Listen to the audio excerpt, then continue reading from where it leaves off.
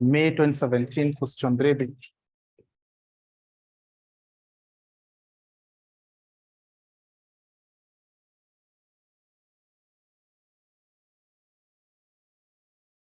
So we are proceeding with the profitability index.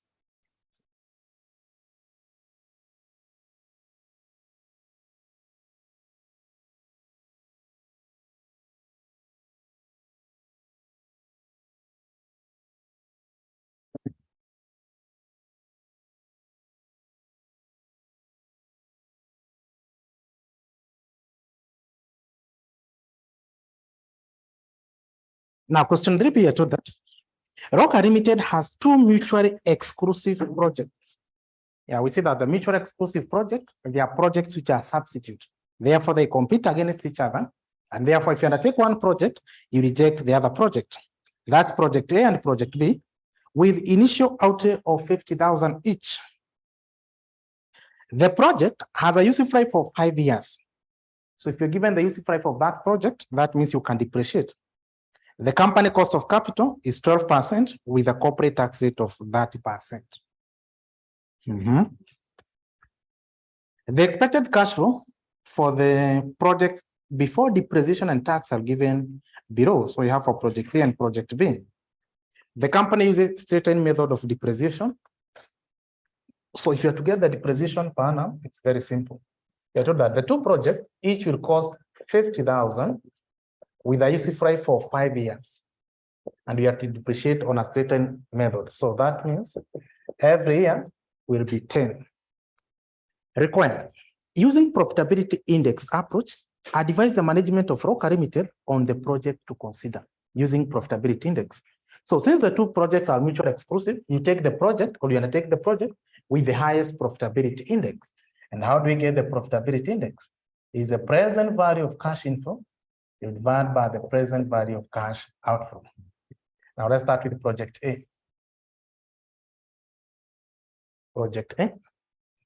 Now, if you look at the cash flow of project A, year 1 to year 5 is the same cash flow, 42, 42, 42. Now, that's what we call an annuity.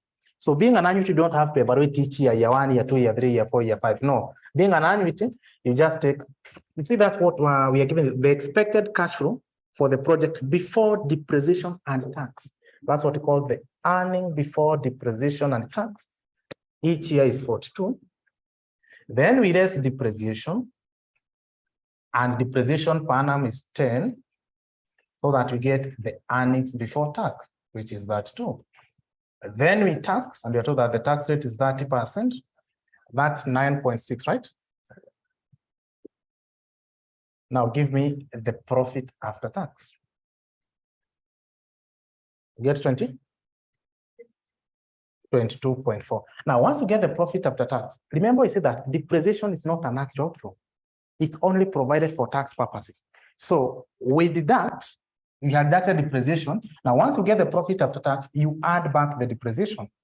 You add back depreciation, which was an amount of 10, so that now we get the annual cash flows, which would be an amount of that 2.4. Alternatively, there is another method I had shown you. You can take the earnings before depreciation and tax, which was 42. You deduct tax directly. You raise tax at 30%. That one you get 12.6, right? 12.6. Then you get the earnings after tax. Give me the earnings after tax. That is 29.4.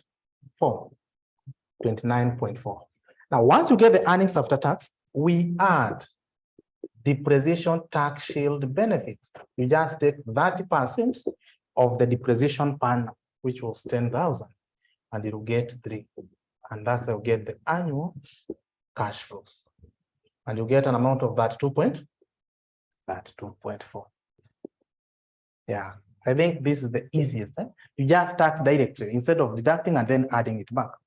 Now, once you get the annual cash flow, our objective is to get the present value of cash inflow. So we need to discount. How much is the cost of capital? The company cost of capital is 12%, right?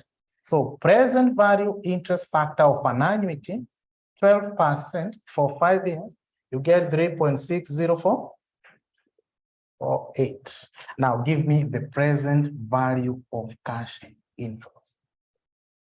So you take the cash flows, you multiply by the discounting factor.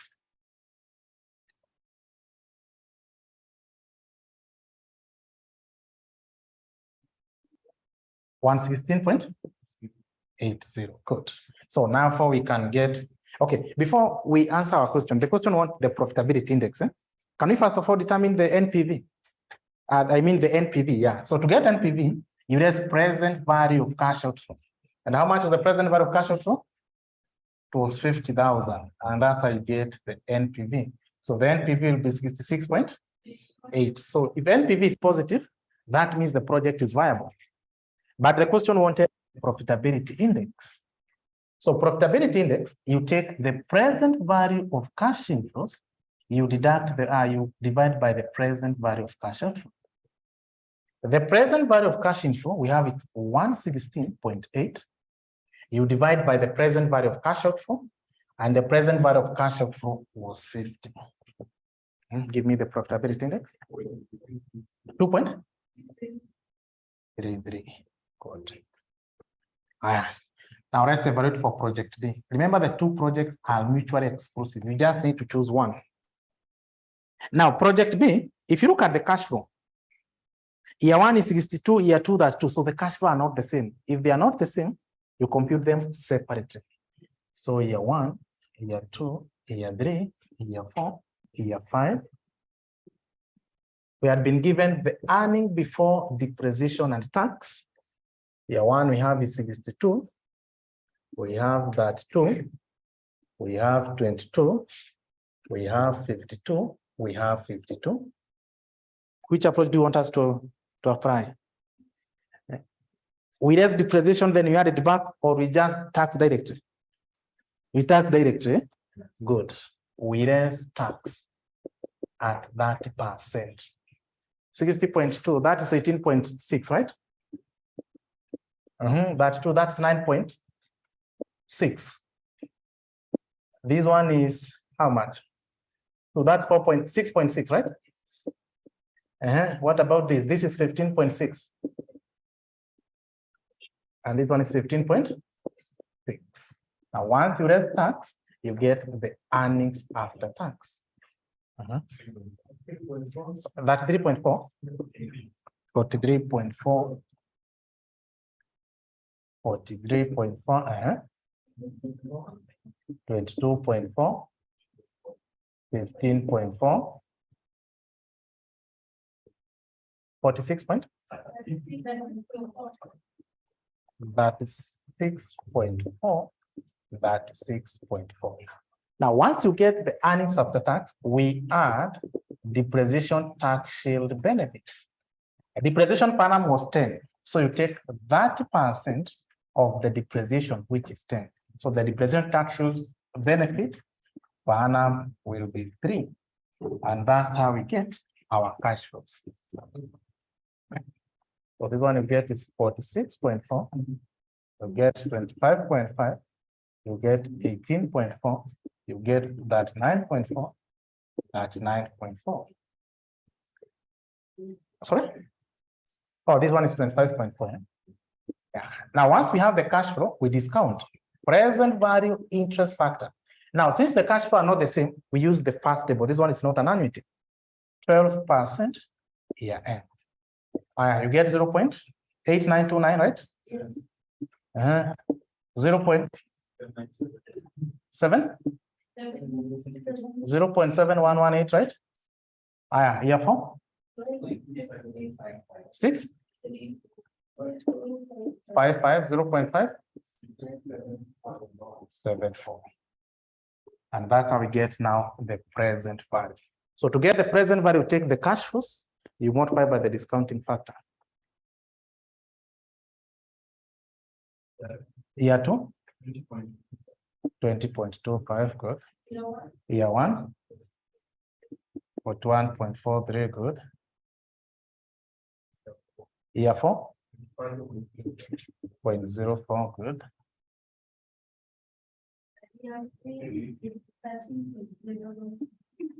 0.01, good. Plus 3. That 22.36, good. So now let's add the total present value so that we get the present value of cash inflows. Let's add the total.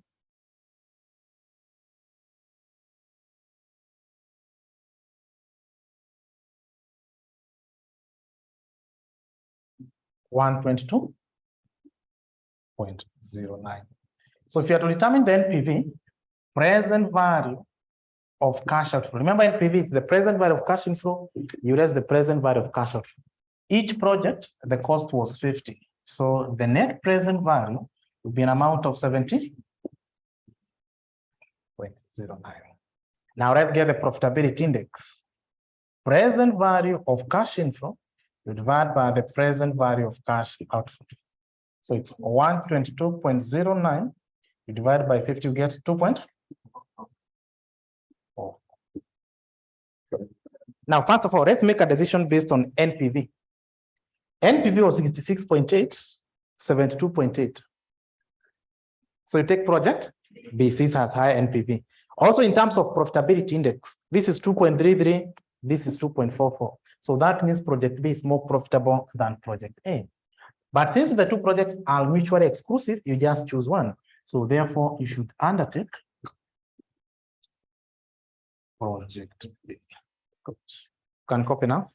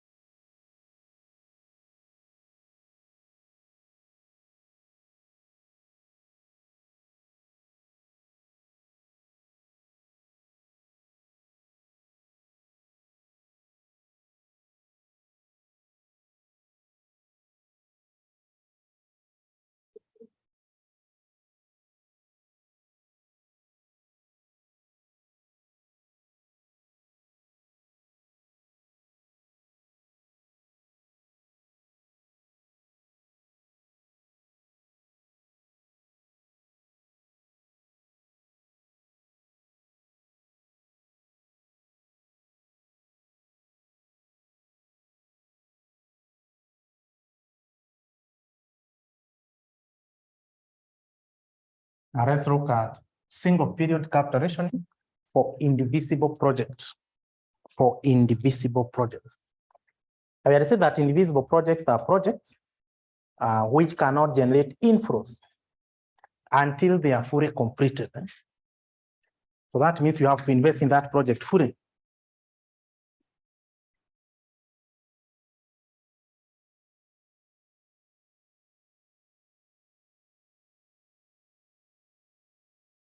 So let's hurry up on copy.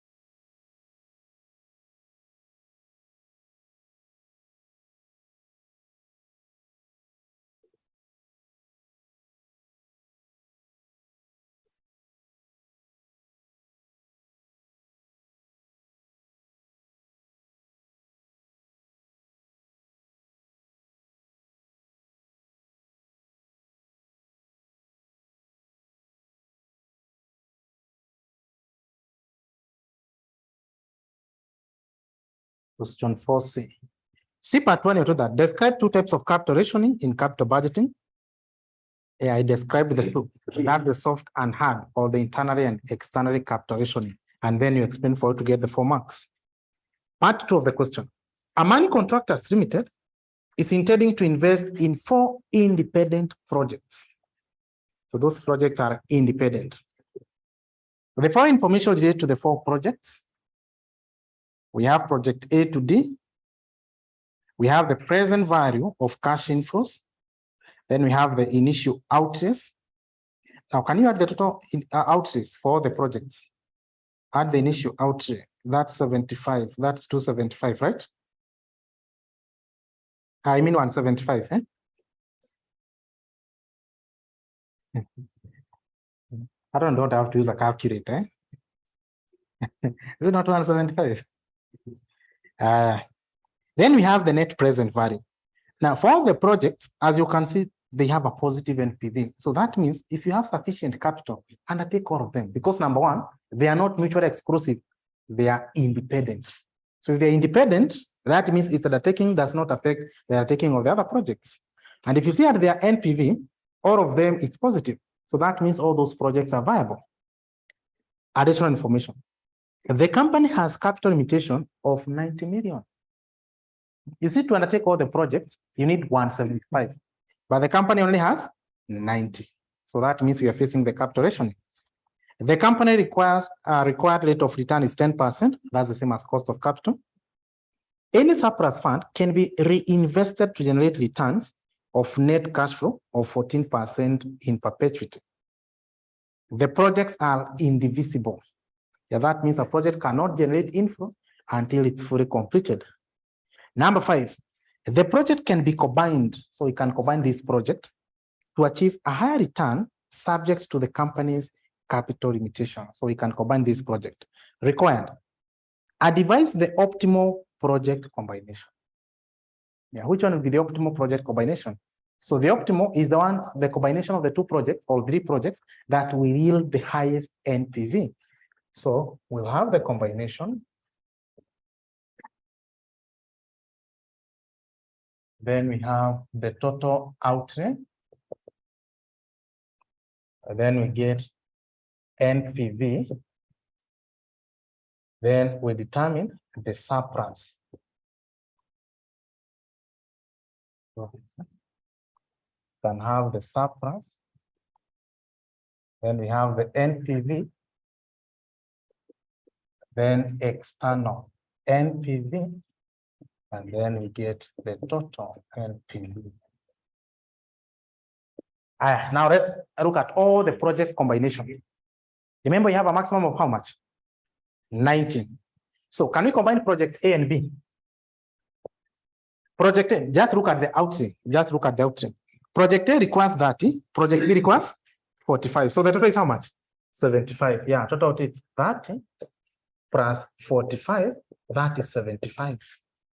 But how much do we have? 90. So we have surplus of how much? 15. Now let's get the total of the NPV. Project A, NPV is 20. Project B, NPV is 15. And the total is 35. Can we combine A and C? Just look at the outtake, add the two outtake. 30 and 60, that's 90, eh? Yeah, so A and C, 30 and C, that is 90. How much will be the surplus? 0. Then we add the NPV. A, NPV is 20, C, 40, and the total is 60. Can we combine A and D? A and D, that is 70. So we can combine A and D. A requires 30, D requires 40. So the total is 70. But we have 90. So there is surplus fund of how much? 20. Now we get the internal NPV.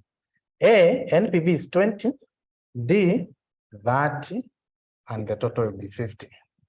Can we combine B and C? 45, 60, that's 105. That one we cannot combine, eh? Because we have a maximum of 90. What about BD?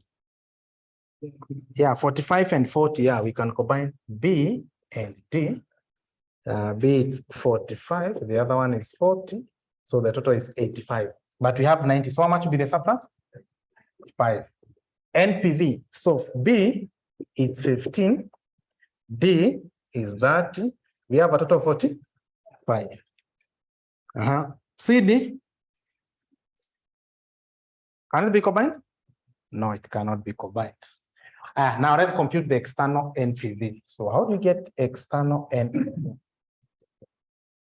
Now, you know very well that NPV is the present value of cash inflow. You raise the present value of cash outflow. Now let's start with A and B. I want you to listen here now. Let's go back to note number 3. Note number 3. I will start with note number 2. The company required rate of return is 10%, so that's the cost of capital. Number 3, any surplus fund can be reinvested to generate returns of net cash flow 14% in perpetuity. 14% per annum to perpetuity. Let's start with project A and B. Project A and B, the surplus is 15. So we can invest this 15 to earn a return of 15, is it 15? No, 14% to perpetuity. So it is 14%, and we're investing this surplus fund of 15. 1.4, you add 0.7, that's 2.1, right? Is that 2.1? Yeah. So now this is the annual cash flow for how many years? To perpetuity, right? How do we get the present value of an annuity to perpetuity? Present value of an annuity to infinity, so that is annuity over R. So you'll take 2.1 over R. How much is the cost of capital or the required rate of return? 10%. You divide by 0.1. That one you get is 20? 21. And this one becomes the present value of cash inflow. So to get NPV, you raise the present value of cash outflow. A and B, how much was the present value of cash outflow? It's A and B, right? So how much is the present value of cash outflow? 15. You see, I've been told that this is what we're investing. The surplus fund is the one we reinvest. So that means that's our capital, so that it can generate a return of how much? 14%. So that means the NPV will be 6. So the external NPV is 6. A and C. How much is the surplus? So how much is external NPV? 0. AD. If you didn't understand A and B, kindly listen for A and D. So A and D, we have surplus of 20. If we invest this 20, that means becomes our outlay. It will earn a return of 14%. So the return will be 14% of 20. That's 2.8 per annum to perpetuity. So we want to get the present value. So to get the present value of an annuity to infinity, is annuity over R. So you divide by R. R, the cost of capital was 10%. And this one you get is 28. Now this one becomes the present value of cash inflow. You deduct what you invested. Present value of cash outflow. How much is the present value of cash outflow? 20, correct. So external NPV will be good. Then we do the same for B and D. 14% of the surplus. The surplus is 5. 1.4, 0.7, right? 0.7. So to get the present value of cash inflow, you divide by R, which is 0. Yeah, it's A over R, right? Do you get 7? And that one becomes the present value of cash inflow. So to get NPV, you raise the present value of cash out. How much have you invested? That invested 5. So the external NPV will be. Now let's get the total NPV. Internal NPV was 35. External NPV is 36. You get 14. 60 plus 0, you get 50 plus 8, you get 45, you get 14. Good. Now the question was, you determine the optimal project combination. Which one will yield the highest NPV? Yeah, 60. And that's A and C. So the optimal project combination is A and C. Good. Can copy?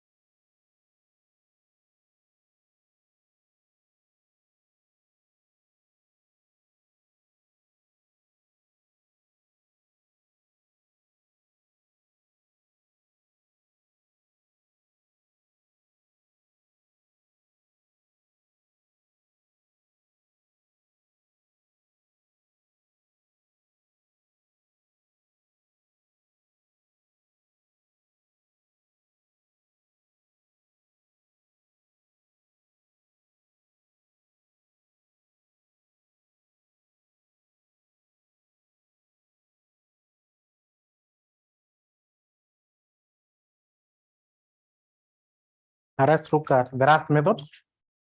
That's internal rate of return. That's number 5.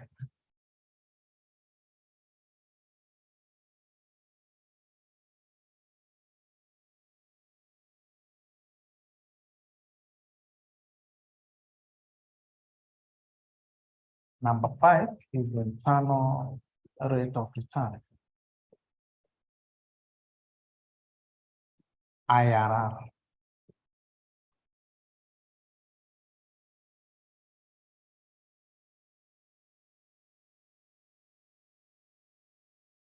We have to see that IRR is the required rate of return.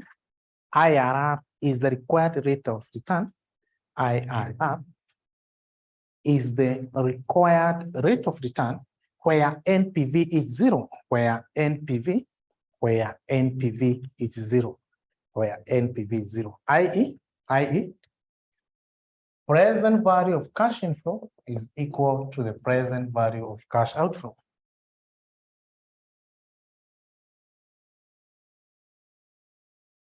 Then what are the decision criteria? So if you're evaluating a project using IRR, so how do you determine whether to accept or reject the project? So number 1, if IRR is greater than the cost of capital, you accept the project. If IRR is less than the cost of capital, you reject the project. But if IRR is equal to the cost of capital, that's what you call the point of indifference. Yeah, that means you can either accept, you can either reject, depending on the objective of the company.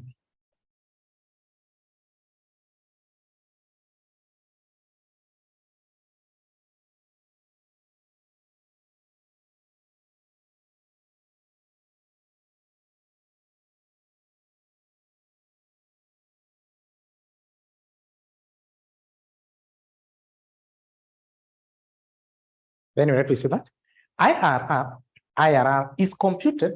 IRR is computed depending with the nature of the cash flow, depending with the nature of cash flow, depending with the nature of cash flows as follows. Depending with the nature of cash flows as follows. Depending with the nature of cash flows as follows. A, in case of annuity cash flow, to infinity. In case of annuity cash flows to infinity, so IRR, you take the annuity over the present value of cash outflow, you multiply by 100. Then number 2, in case of a 1-year project,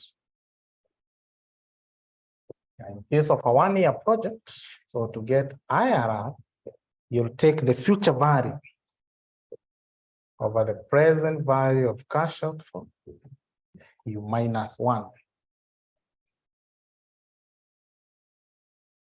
Number 6, in case of single cash flow in year N,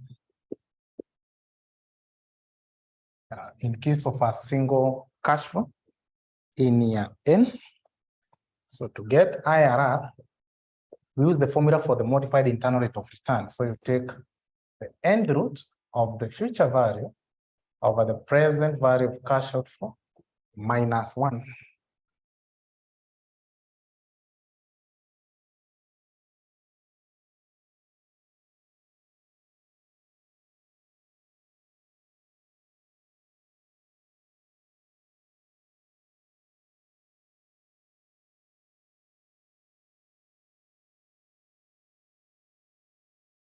Yes, so let's do an illustration. December 2007.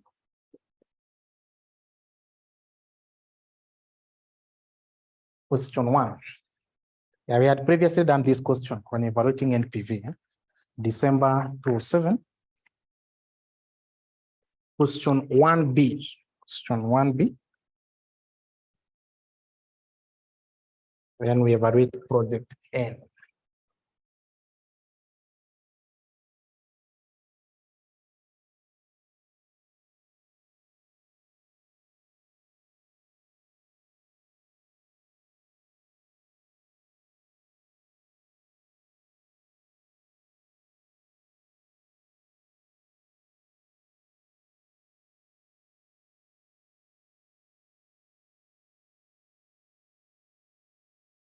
So that question to that, Mapen Limited is considering which of the following mutually exclusive project to invest in. So the two projects are mutually exclusive.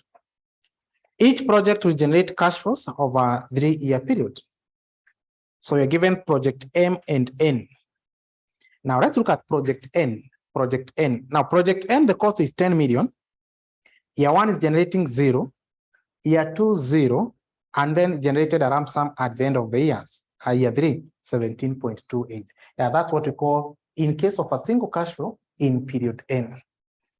The cost of capital for each of the project is 10%. Ignore taxation. Required. Advise the company on which project to implement using NPV, of which we did that one, and internal rate of return, appraisal method. So now we evaluate using internal rate of return. So for internal rate of return, first of all, you look at the cash flow characteristics. And project N, in this case, we have a single cash flow at the end of year N. So how do we get that? So you say that you take the future value, you divide by the present value of cash outflow, and root minus 1. So future value, we expect to generate 17.28. That's the future value we generate at the end of year 3. You divide by the present value of cash out. The cost of this project was 10. Then N is 3. That's after 3 years. Then minus 1. Now give me that in percentage. Give that one in percentage.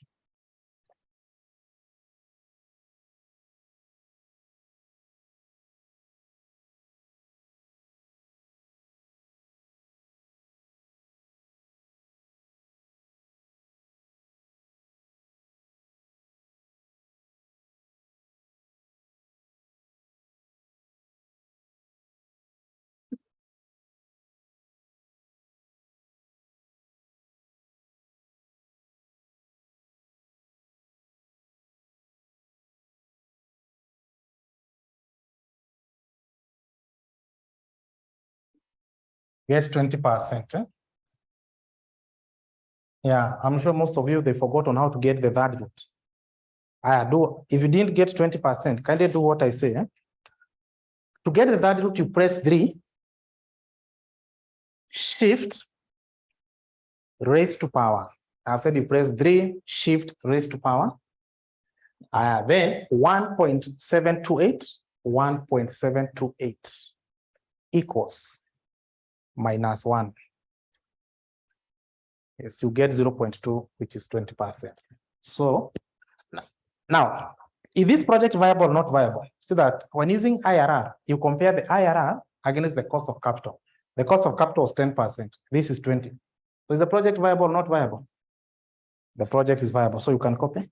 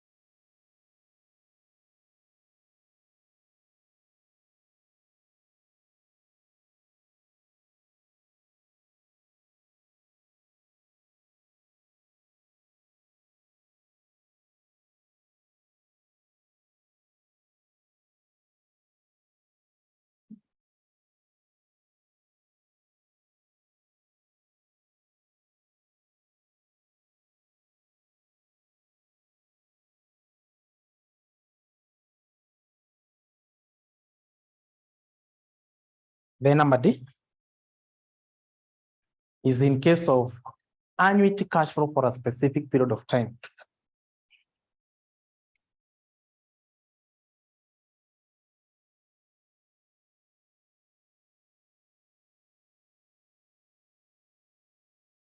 And so in that case, you take the present value of cash outflow, you divide by the annuity. So I want us to do the same question on December 2007, question 1B, but now we do for project M.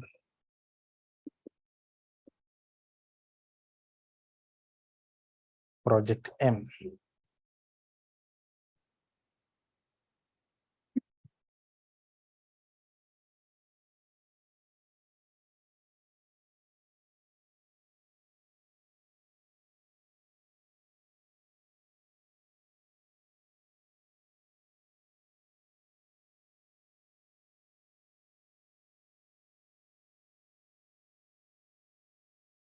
Now, if you look at project M of that question, the cost is 10. Then the project's for 3 years. Year one is generating how much? 5, year 2, 5, year 3, 5. So that's what we call in case of an annuity for a specific period of time. That's for 3 years. Now the question, we were to evaluate using NPV and IRR. So how do you determine the internal rate of return for project M? So IRR said that you take the present value of cash outflow, you divide by the annuity. The present value of cash outflow was 10, and then each year it will be generating 5. So that's the annuity. So 10 over 2, get how much? 2. But now 2 is not the internal rate of return. This project was for how many years? For 3 years. How do we get this? So take out your annuity table. Let's go to your annuity table. Go to the annuity table. That's the second table. Go to the second table.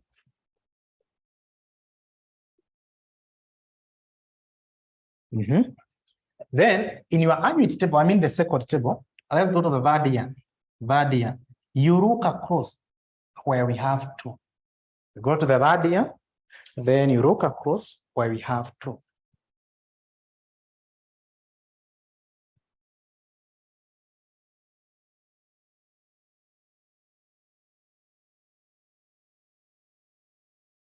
So it's not necessarily you get 2, but it's in between something, right? It's between 20 and 24, correct? It's between 20 and 24%. Give me the rate at 20%. Is 2 point? Yes. Well, nisome hiyo yako si unaona vizuri. 2 point? 10.65. At 24%. 9813. But the error we need is 2. So we are saying that this 2 is in between 20% and 24%. So you take the value at 20%, you take the value at 24%, and then the ARR required is 2. So if it's in between 20 to 24, that means it will be 20 something, but should not exceed 24. So how do we get a specific rate? You take IRR minus the lower limit, you divide by the upper limit minus the lower limit. This is what I mean. You take IRR minus lower limit. Lower limit is 20%. You divide by, you take the upper limit, which is 24%, minus the lower limit, which is 20. Then you substitute. IRR, the value is 2. That's what we need. At 20%, the value we have is 2.1065. At 24%, the value is 1.9813. And at 20% is 2.1065. So it will be IRR minus 20. Then 24 minus 20, you get 4 is equals to, now can you compute that?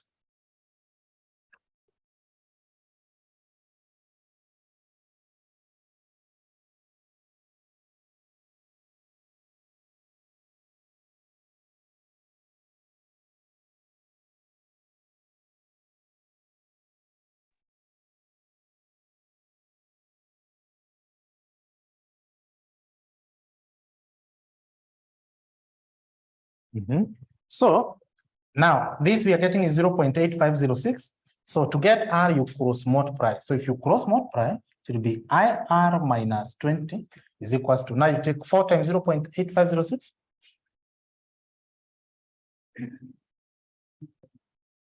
3 point. Give me into 2 decimal places. 40. So can we be able to get IRR? So we take this negative 20 to the other side to be positive. So 23 point. Good. Now let's be here. Can you go back to the question? Let's go back to that question. Remember, the 2 projects were mutually exclusive. Project N and Project M. Both of them, they were mutually exclusive. So if they are mutually exclusive, you need to make a decision. Now let's look here. Project N, IRR was 20%, but Project M, we have is 23.4%. So they were mutually exclusive. You have to make a decision. So you should undertake project. Yeah, you undertake project M, since it has the higher IRR. Can you go back to your notes where we did NPV, where we wrote NPV? The first illustration we did was this question, where we did NPV in our notes. The first illustration we did was December 27, question 1B. Are you there? Now, in that project, can you go to the comment section? Let's go to the comment section. We said that you had a 2 project based on NPV. You had a 2 project N, right? But according to IRR, we are taking project. Okay. Let's go back to the disadvantages of NPV. Disadvantages of NPV. Disadvantages of NPV. Number 1, the last one was what? Sometimes, yes, sometimes NPV might give a conflicting result with IRR. For example, in this case, based on NPV, we have to take project N. Based on IRR, we have recommended M. So you see, it's giving a conflicting result. Yeah, so though we'll come to discuss that, what gives rise to that conflicting result. But in case there is a conflict between IRR and NPV, always NPV will prevail. So in that case, you go with the decision of the NPV. So in case there is a conflict between NPV and IRR, your NPV will always prevail. So we'll come to it that later. Don't worry. So you can copy that. Now you can copy.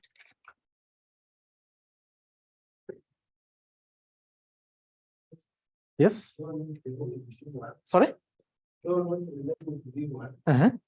There's a section which was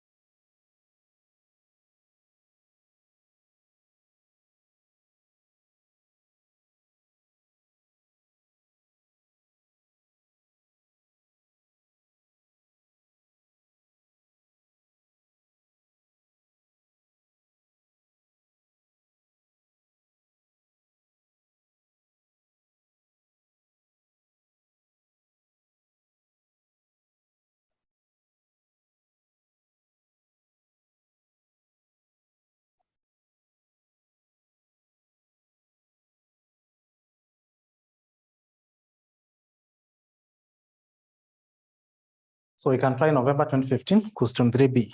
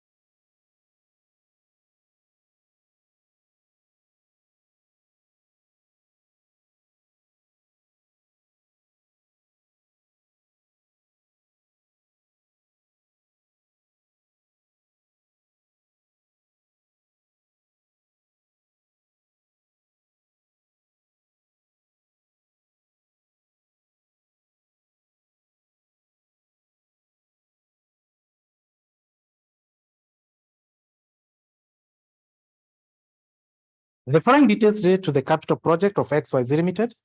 We have project cost 65 million, annual cash flow after tax, annual, so that means it's per annum, it's an annuity, 21 million. Project economic life, 5 years. Required rate of return, 12%. Required. Assess the suitability of the capital project using the following method. Number one is the internal rate of return, IRR. For you to compute IRR, first of all, look at the characteristics of the cash flow of that project. In this case, we are given the annual cash flow, 21, and then the project economic life is 5 years. Annual cash flow, so it's an annuity for 5 years. So in that case, you will take the present value of cash outflow, you divide by the annuity. The present value of cash outflow is 65 million, and annuity is 21. What do you get? 3 point? Give me into 4 decimal places. 0952. But now, this is not IRR. This project was for how many years? 5 years. Good. So now let's go to the annuity table. Annuity table. The annuity table, you go to the 5th year. 5th year. You go where you have 5th year. Then you look across where you have 3.0952. 3.0952.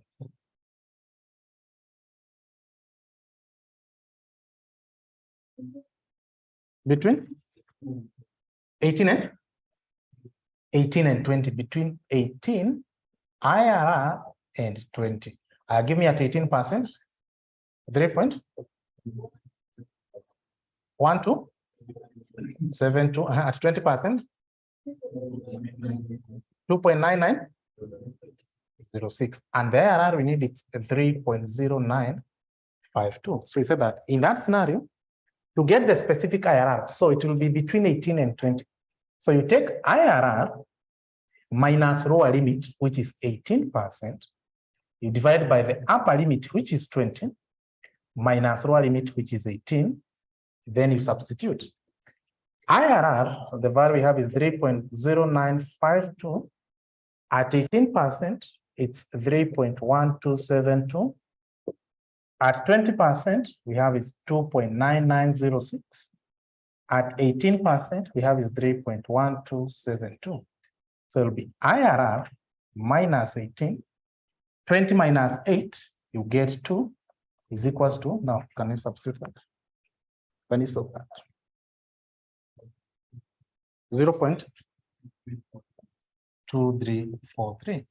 Good. Then from there, you cross multiply. So it will be IRR minus 18. 2 times that one, you get 0.4686, right? IRR, you take 18 to the other side. So it's equals to 18. 18.47. Now let's comment. You have to comment because the question was, you assess the suitability. So you need to advise whether the project is viable or not. So you compare the required rate of return. How much is the required rate of return? 12%. In this case, we have is 18. Should you accept or reject the project? Yeah, you accept. You accept the project. Yeah, since IRR is greater than the cost of capital. You can also answer part 2 of the question. Part 2, we have to evaluate using profitability index. That's very simple. Even you can do it including NPV. So profitability index is the present value of cash inflow. You divide by the present value of cash outflow. To get the present value of cash inflow is very simple. We have the annual cash flow. How much is the annual cash flow? 21, then you discount. Present value interest factor of an annuity, 12% for the next 5 years. 21 times 3.6048. You get 70?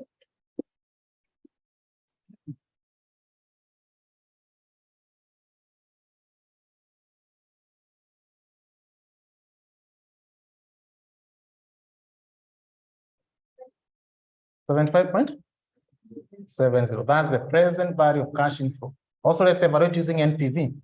You raise the present value of cash outflow. How much was the outflow? Outflow was 65. So that means the NPV of the project was 10.7. Based on NPV, the project is viable. You should accept. But the question wanted the profitability index. You take the present value of cash inflow, which is 75.7. You divide by the present value of cash outflow, which is 65. And you get 1.16.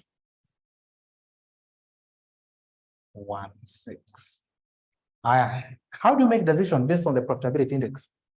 So that if profitability index is greater than 1, you accept. Less than 1, you reject. So this one is greater than 1. So you accept.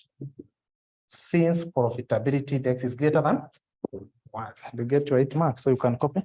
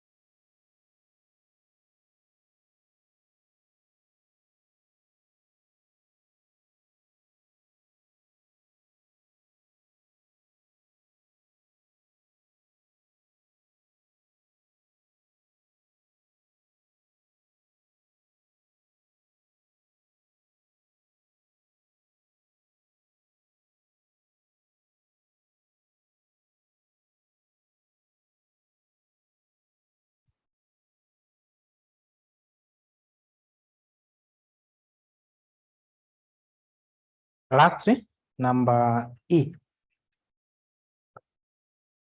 In case of unequal cash flows, in case of unequal cash flows.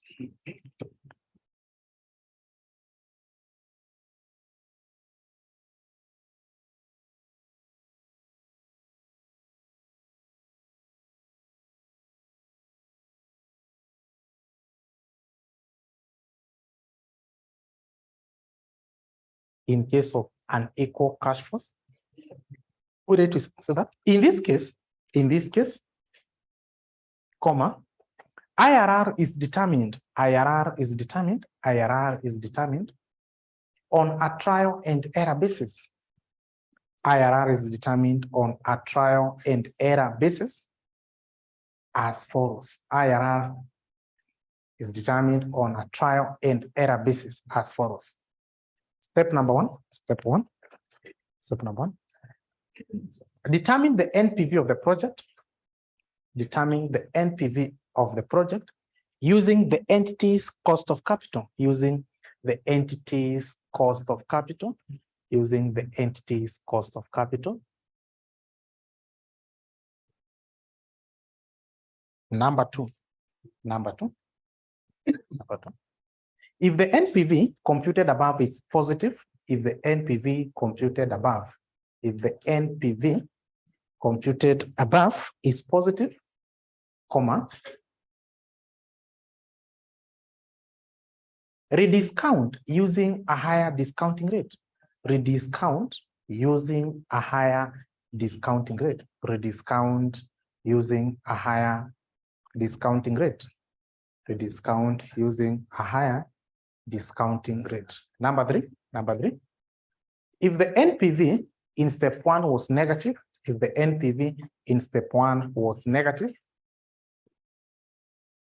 comma, rediscount using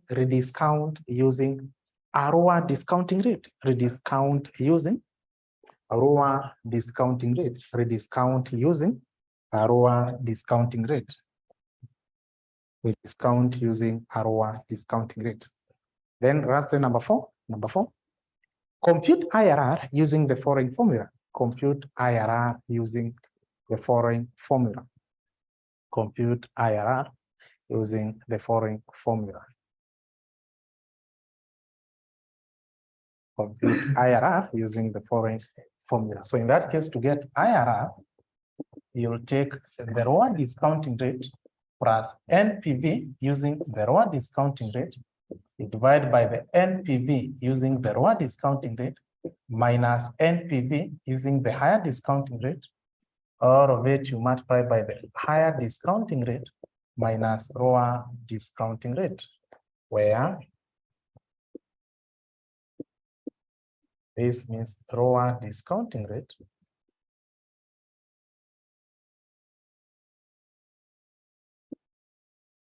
this means higher discounting rate. Higher discounting rate.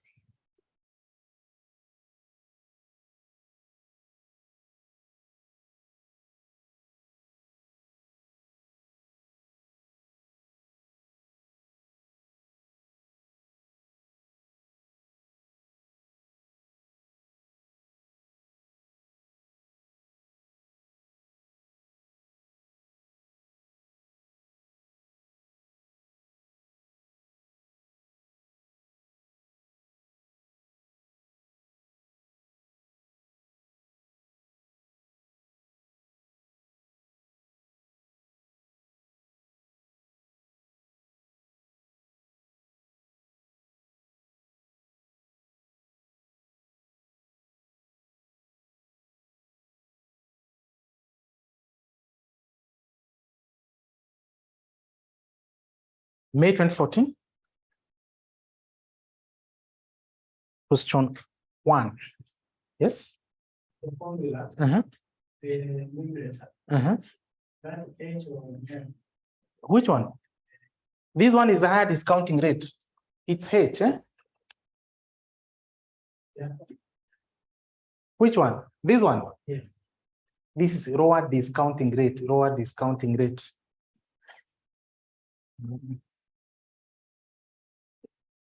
May 2014.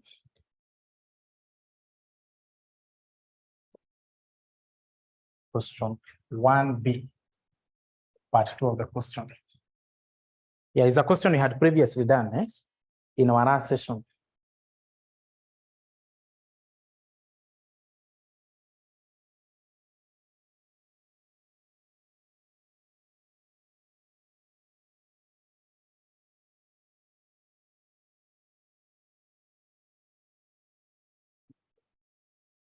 So you have been told that Kiwanda Limited is considering the launch of a new product, M, for which an investment of 6 million in planted machinery will be required.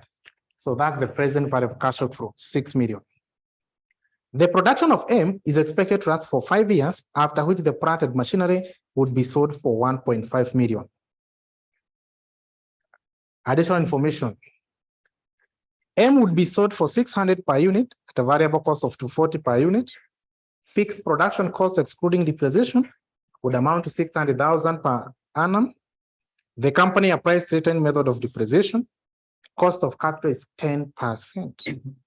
The number of units of M expected to be produced and sold per annum over the next 5 years is shown below. So we're given that. Required. Advise management of Kiwanda on the appropriate course of action using, number 1 is NPV. Can you go back to your notes where we did this illustration? We did at NPV. It was the second illustration we evaluated. I remember we got to something. That was the first illustration we did in our last session. NPV was to something. To that, which was positive, right? Yeah. Then required number 2, the internal rate of return upwards. So now we have to use IRR. So if you have to use IRR, we evaluated number 1 using NPV, of which the NPV was positive. So therefore you can accept. Now let's go back to our notes. Under IRR, I have given you the steps in trial and error. We have said that step number 1 will determine what? Step number 1 was what?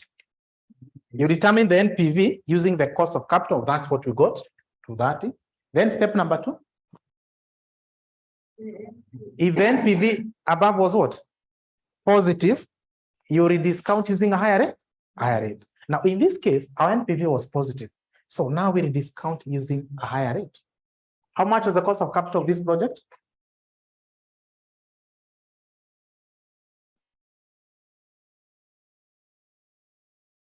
%. So therefore, we discount using a higher rate. You can use 12, 15, 20, 30, 50. That's it, that it's a trial and error method.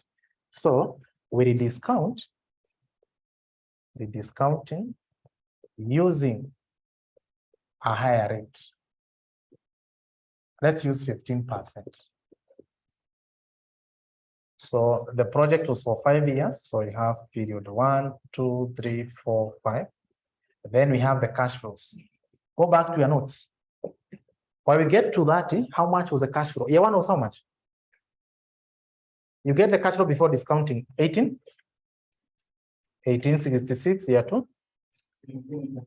1614. 1614. 11? 1110, and last was 1980.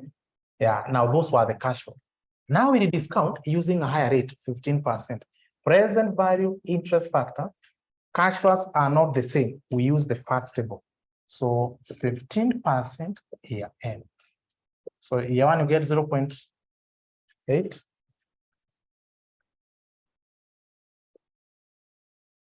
15%. We are using the first table.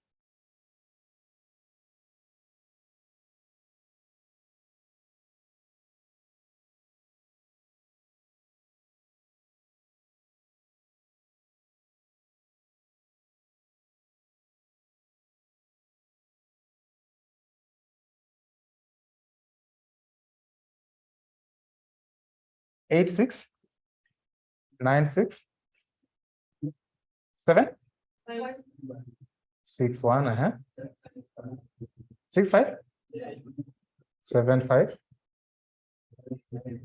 Sorry? 18. And last three 0.49. 7 good. So now give me the present value. So take the cash flow times the discounting factor.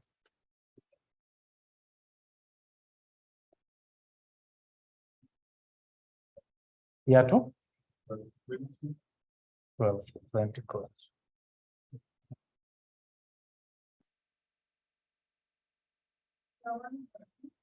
16. 22. Let's just round up.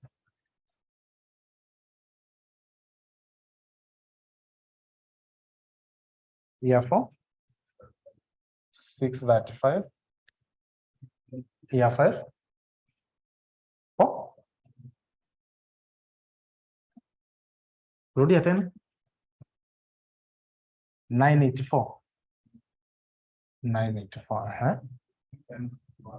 1061. Good. So now let's add the total. You get the total present value of cash inflows.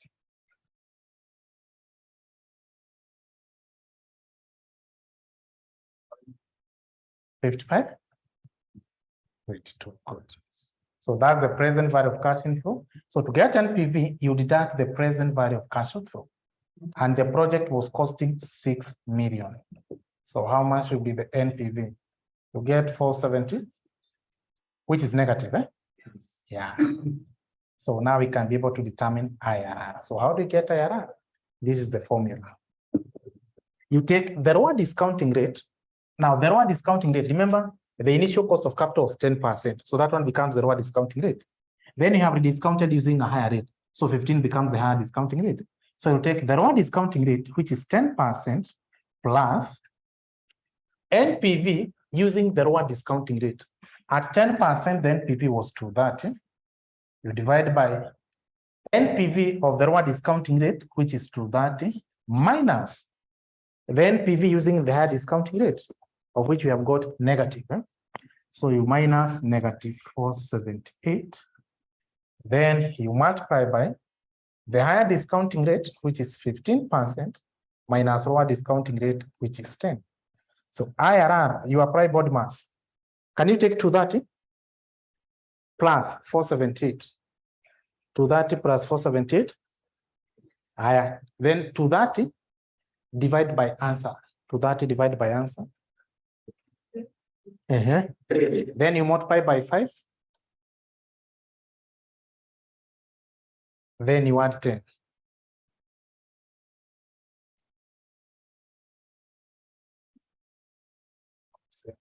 We have to comment. We are to evaluate the project using NPV. NPV was positive, we accepted. IRR, you compare IRR against the cost of capital. The cost of capital is how much? 10%. This is greater than 10%. So you accept the project. Can copy?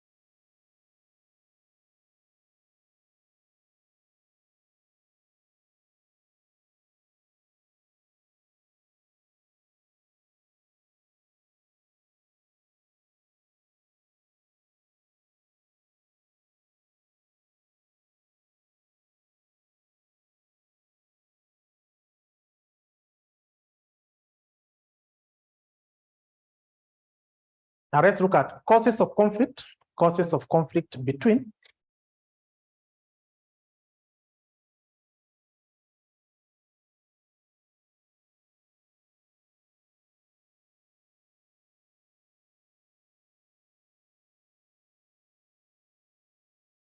causes of conflict between NPV and IRR,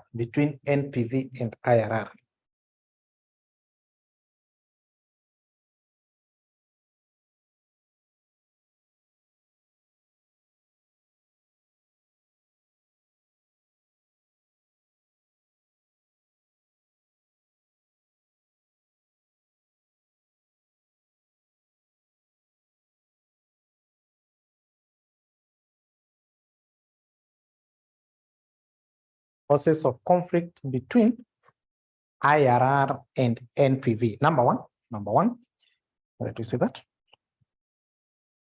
In case of difference in sizes, in case of differences in sizes of mutually exclusive project. Number one is in case of difference in sizes of mutually exclusive projects, Number two, in case of difference in economic lives,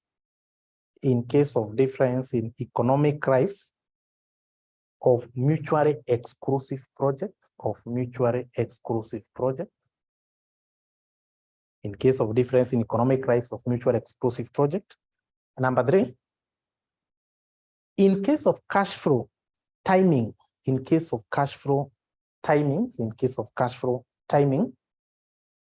of mutually exclusive projects,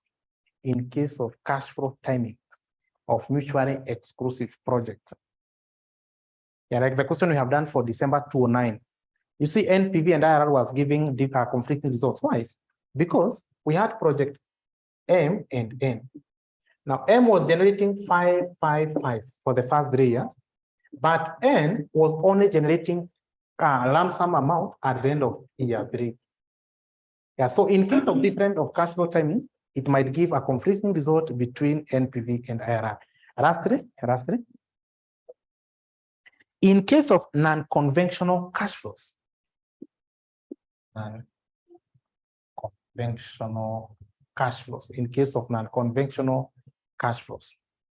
i.e., you see that? These are cash flows that are positive. At one point. These are cash flows which are positive at one point and negative at one point. Yeah,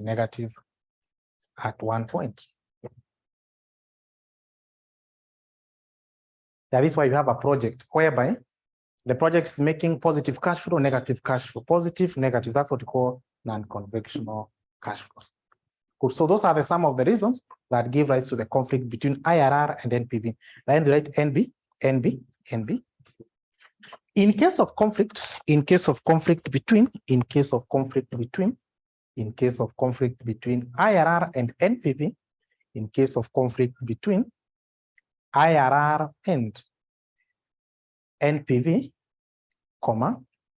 NPV always prevails. NPV always prevails. Good. Lastly, let's look at differences between IRR and ARR. This is the internal rate of return, this is the accounting rate of return. Differences between IRR and ARR. So one side we can have IRR, the other one ARR. The schedule like that.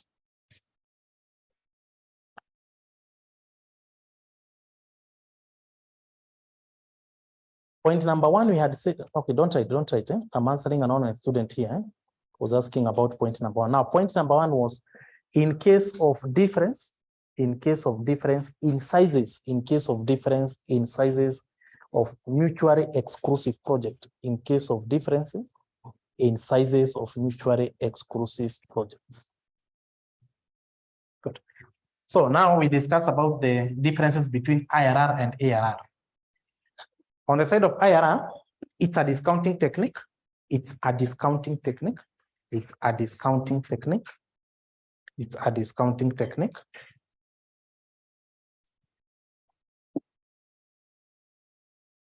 On the other side, it's an undiscounting technique. It's an undiscounting technique. It's an undiscounting technique.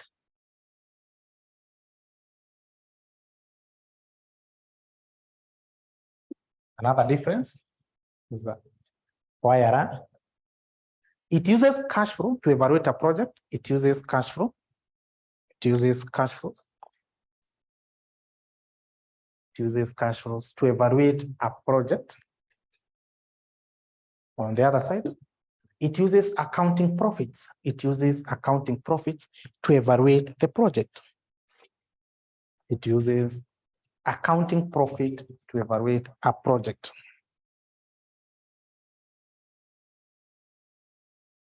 Another difference on IRR, it uses all cash flows. It uses all cash flows to evaluate the project. It uses all cash flows. It uses all cash flows to evaluate a project.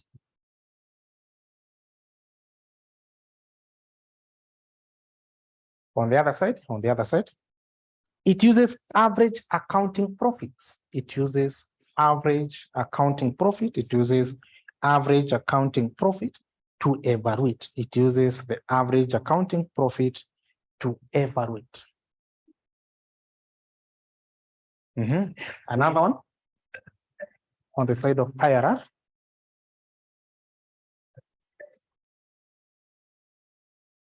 Let me see that.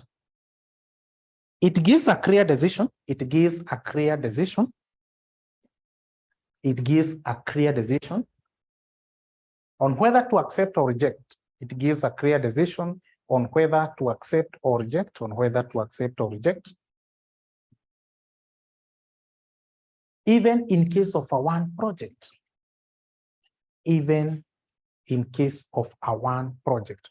Even in case of one project. On accounting rate of return, let me say that. It does not give a decision. It does not give a decision. It does not give a decision. In case of a single project, it does not give a clear decision. It does not give a clear decision. In case of one project. In case of one project.